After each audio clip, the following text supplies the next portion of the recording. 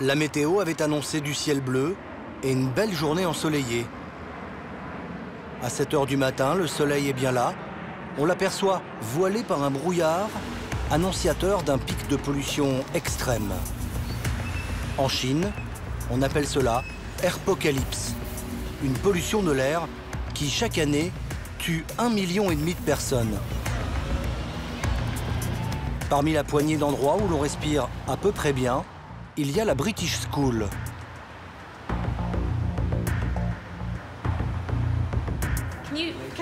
Vous pouvez vous asseoir une seconde, s'il vous plaît?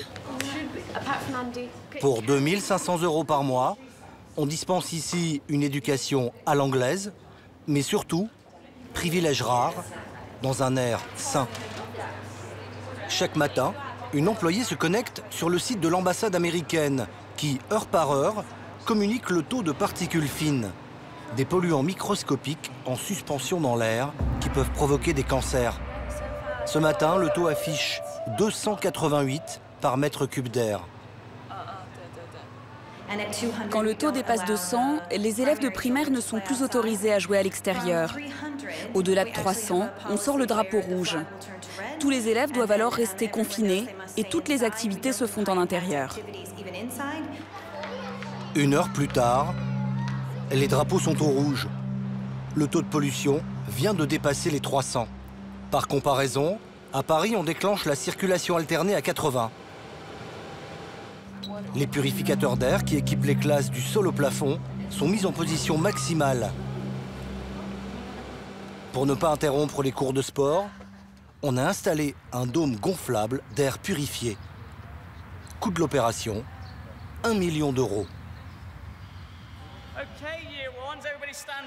Allez les enfants, levez-vous tous et montrez-moi comment vous sautez pour atteindre l'autre côté. Mettez les mains au sol. À l'intérieur, l'air est nettoyé grâce à cette machine, un filtre géant qui fonctionne jour et nuit. Cela ressemble à de la science-fiction, mais à Pékin, c'est une réalité. La pollution atteint des taux dangereux pour la santé, plus de 6 mois par an. Aujourd'hui, c'est l'équivalent de l'espace fumeur d'un aéroport. Ici, quand on se réveille, on regarde les applications sur les smartphones pour savoir comment est la qualité de l'air et savoir ce qu'on va pouvoir faire dans la journée. Ça fait partie de notre vie. À Pékin, il existe 4 dômes d'air purifié pour protéger les élèves. Tous sont réservés à des enfants d'expatriés.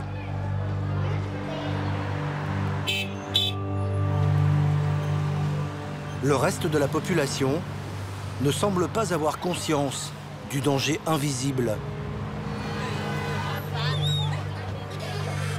Vous pensez quoi de la qualité de l'air aujourd'hui? C'est pas très bon. Vous ne vous protégez pas? Non. Pourquoi? Est-ce qu'on est à l'abri dans la voiture? C'est pas dangereux pour le petit? Non, il faut qu'il s'habitue. Sinon, plus tard, son système immunitaire sera trop faible.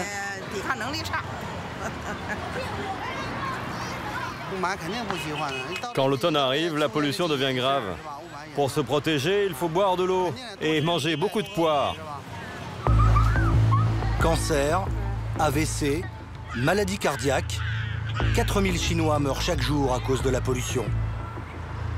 Les particules nocives sont émises par la circulation automobile, mais surtout par la combustion de l'énergie fossile la plus polluante de la planète, le charbon. En Chine, cette énergie bon marché permet de se chauffer, de produire de l'électricité, de faire tourner les usines. Le charbon empoisonne, mais sans lui, l'Empire du Milieu ne serait pas devenu la 2e puissance économique mondiale. Nous sommes remontés aux sources de cette pollution, le long de la route 130 qui traverse le pays du nord au sud. Elle relie une grande partie des 10 000 mines encore en activité. Il y en a plusieurs centaines dans la seule région du Tianqi, près de la Mongolie intérieure. La capitale chinoise du charbon s'appelle Datong, 3 millions d'habitants. À l'entrée de la ville, une mine transformé en attraction touristique à la gloire de l'or noir local. Un puits, toujours en activité. Pour 20 €, on a le droit d'enfiler la panoplie du mineur. Combinaison, casque et appareil de respiration. Ça, c'est de l'oxygène, au cas où un incident se produit. On peut descendre avec notre petite caméra? Non, parce que dans les mines, il y a un risque d'explosion, de coups de grisou. Si vous connaissiez un peu les mines, vous pourriez comprendre pourquoi ce n'est pas possible. Pas de caméra, nous filmons donc avec un téléphone portable.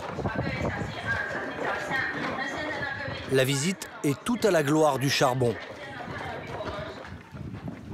À 400 mètres de fond, des galeries à la propreté irréprochable. Sur les murs, des slogans à la gloire du président Mao. C'est lui qui, le premier, a fait le pari du tout charbon et transformé les mineurs en héros de la révolution industrielle. Notre charbon est d'excellente qualité. Il est très calorifique et contient peu de poussière. Allez-y, vous pouvez même vous servir et prendre un morceau en souvenir. Du charbon qui coûte moins cher que le gaz et moins cher que le pétrole. Depuis 30 ans, la Chine est le premier producteur de la planète. À elle seule, elle produit autant que le reste du monde. Tout est automatisé et les ouvriers n'ont plus qu'à appuyer sur des boutons, des leviers, pour opérer le mécanisme. Ce système fonctionne très bien et en toute sécurité.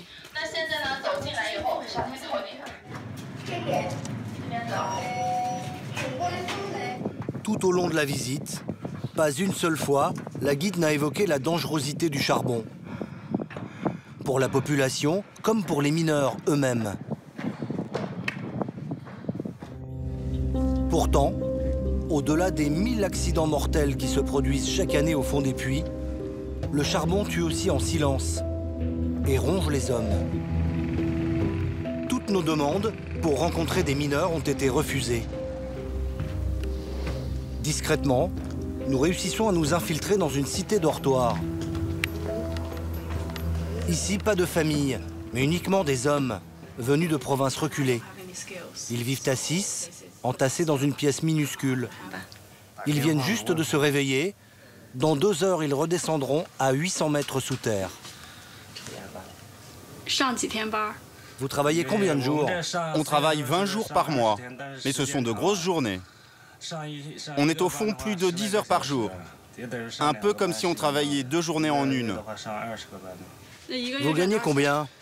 Je gagne 5500 yuan par mois. L'équivalent de 800 €. 2 à 3 fois plus que ce qu'ils pourraient gagner chez eux. Mais c'est aussi le salaire du danger. Beaucoup d'entre eux sont atteints de silicose, une grave maladie pulmonaire. Je sais que maintenant, mes poumons sont gravement atteints. Comment vous le savez? On sait tous que l'air qu'on respire au fond du puits est toxique. Je sais que toute cette poussière me rend malade. Et votre famille, elle s'inquiète? Oui, mais j'ai pas d'autre choix. Qu'est-ce qu'ils disent? Qu'il faudrait arrêter, qu'il vaudrait mieux travailler sur des postes moins bien payés mais moins dangereux. Je me donne encore 2-3 ans ici. Le charbon empoisonne, mais aucune statistique officielle n'existe sur la mortalité des mineurs chinois.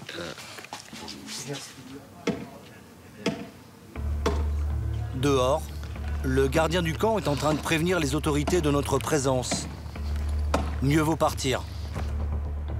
Dénoncer le charbon est très mal vu, car cette industrie fait vivre toute la région.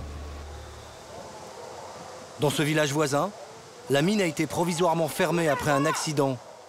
La fermeture est vécue comme une tragédie. Avant la fermeture, la mine nous donnait du charbon. Maintenant, comment on va faire?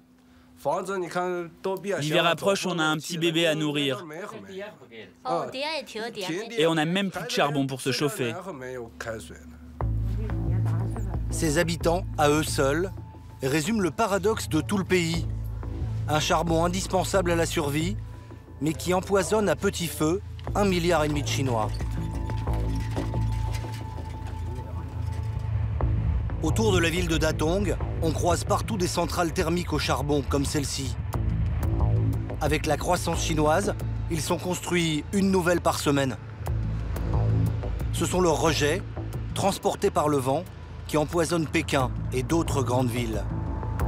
Une réalité longtemps taboue qui vient d'être dénoncée publiquement. En février dernier, Chai Jing, une ex-journaliste vedette de la chaîne d'État, a mis en ligne sur Internet ce film-conférence d'1h40. Cela fait plusieurs dizaines d'années que les Chinois subissent les conséquences de leur consommation de charbon. Certaines familles ont même été entièrement anéanties par le cancer du poumon. Outre l'impact du charbon sur la santé, elle dénonce publiquement la négligence des autorités en matière de contrôle et surtout, elle pointe le principal responsable de cet empoisonnement de l'air, l'industrie chinoise, vorace de charbon. Il y a une odeur épouvantable, ça doit être ces fumées. Pourquoi vous n'utilisez pas de filtre? Mais il y en a, regardez. Mais alors pourquoi il y a de la fumée partout? Ce film a fait l'effet d'une bombe. 155 millions de personnes l'ont vu en seulement 2 jours. Puis au bout d'une semaine, le gouvernement chinois l'a censuré.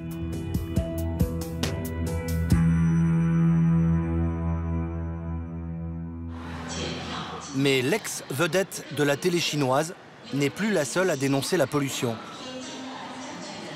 À la gare de Pékin, nous avons rendez-vous avec Zhao, 32 ans, ancien fonctionnaire du ministère de l'Environnement. Il a démissionné pour un travail beaucoup plus risqué, celui de militant dans une ONG écologiste. Une fois par mois, il part enquêter dans les zones les plus polluées du pays pour dénoncer les responsables, accompagné d'Abei, sa photographe.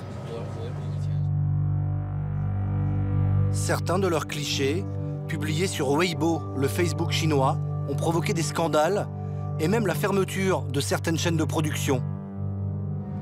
Aujourd'hui, l'activiste se rend à Handan, dans la province du Hebei, une ville qui détient un triste record. Dans la liste des 74 villes les plus polluées de Chine, Handan a été classée première pendant 2 mois cette année. Donc pour nous, cette ville est un point d'observation de première importance.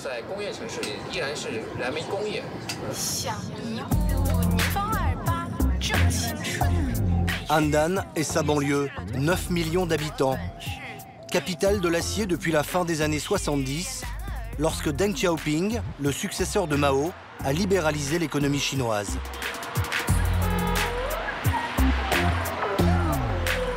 Zhao et Abei vont faire le tour des usines le plus discrètement possible, car ici, toute enquête sur la pollution est strictement interdite par les autorités.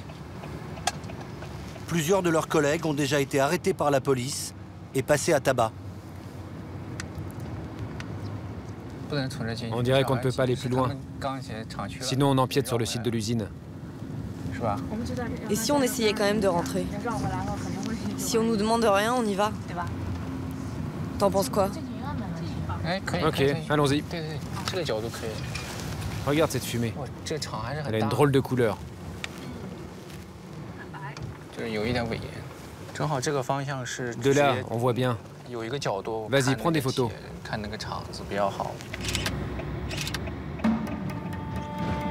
Selon la loi, depuis 2015, toutes les fumées doivent être filtrées. Les dirigeants des usines risquent désormais des amendes, des peines de prison et même l'humiliation publique avec parution des noms des fautifs dans la presse. Malgré ces sanctions, Zhao est persuadé que beaucoup d'usines n'appliquent pas la loi.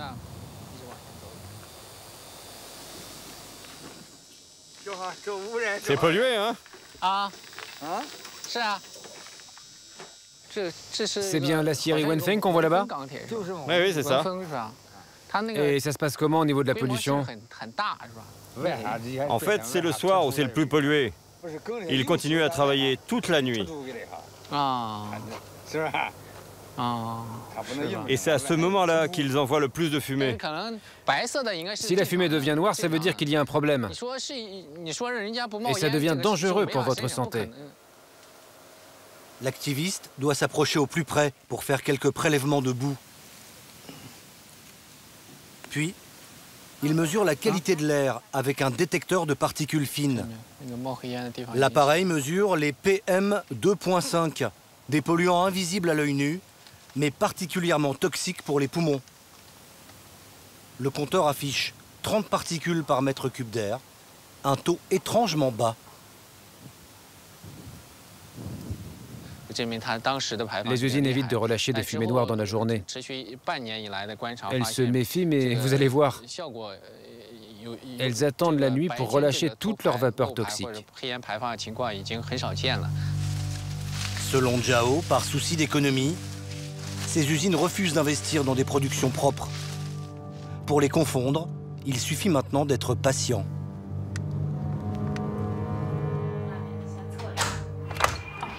Le soir, à l'hôtel, Abeille mesure une nouvelle fois la pollution extérieure.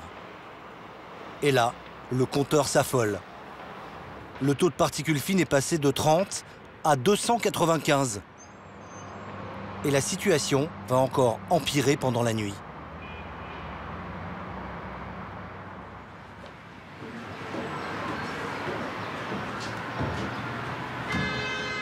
C'est du toit de l'hôtel que Zhao va constater la gravité de la situation le lendemain matin. Le compteur affiche 418. À Paris, la moyenne annuelle est de 20. 418, c'est le chiffre le plus élevé que j'ai constaté dans cette ville. C'est une pollution très grave. Avec un tel taux, toute activité extérieure est à proscrire. Les gens ne devraient même pas sortir de chez eux. Un chiffre qui prouve que les usines continuent de polluer pendant la nuit. S'exposer toute une journée à autant de substances toxiques dans l'air équivaudrait à fumer une vingtaine de cigarettes. Pourtant, les rues sont pleines. Seuls quelques rares cyclistes portent un masque. Une protection qui ne retient que 30% des particules, les plus grosses. Pour en savoir plus, nous contactons le directeur de l'une des aciéries suspectées d'avoir craché ces fumées noires pendant la nuit. Bonjour, on est des journalistes français. On voudrait vous rencontrer, visiter votre usine. Vous avez l'autorisation de faire ça? C'est quoi ce reportage? C'est sur l'environnement, la pollution. Des gens ont vu des fumées noires qui s'échappaient le soir. Vous pouvez expliquer ça? Si vous avez des questions, allez voir les autorités. Nous avons sollicité plusieurs fois les autorités. La veille de notre départ, on nous propose de découvrir ce qui serait la solution contre tous les problèmes de pollution. Cela s'appelle le charbon propre. On nous donne rendez-vous dans la province du Shandong, à 600 km de Pékin. Une voiture officielle nous emmène dans une zone industrielle flambant neuve.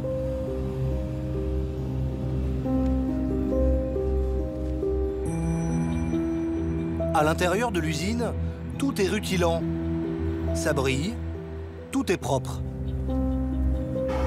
Pas une seule trace de charbon, car l'usine high-tech le transforme en gaz beaucoup moins polluant.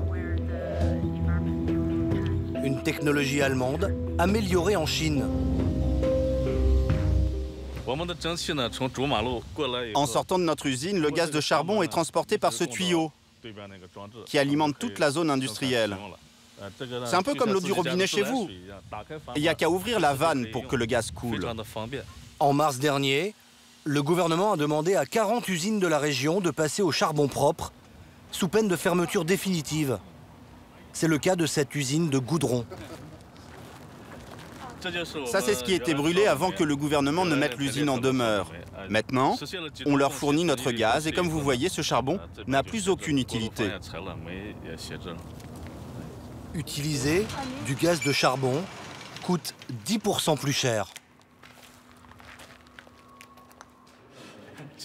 Ça, c'est une scellée qui a été mise par le Bureau de protection de l'environnement. Normalement, ici, pendant l'année, C'était soit pollution moyenne, soit grave, quasi tous les jours. On ne voyait pas les usines à 1 kilomètre d'ici. C'est un contraste saisissant par rapport au ciel bleu qu'il y a aujourd'hui. À ce jour, ce groupe privé ne possède qu'une installation de ce type. 9 autres sont actuellement en construction.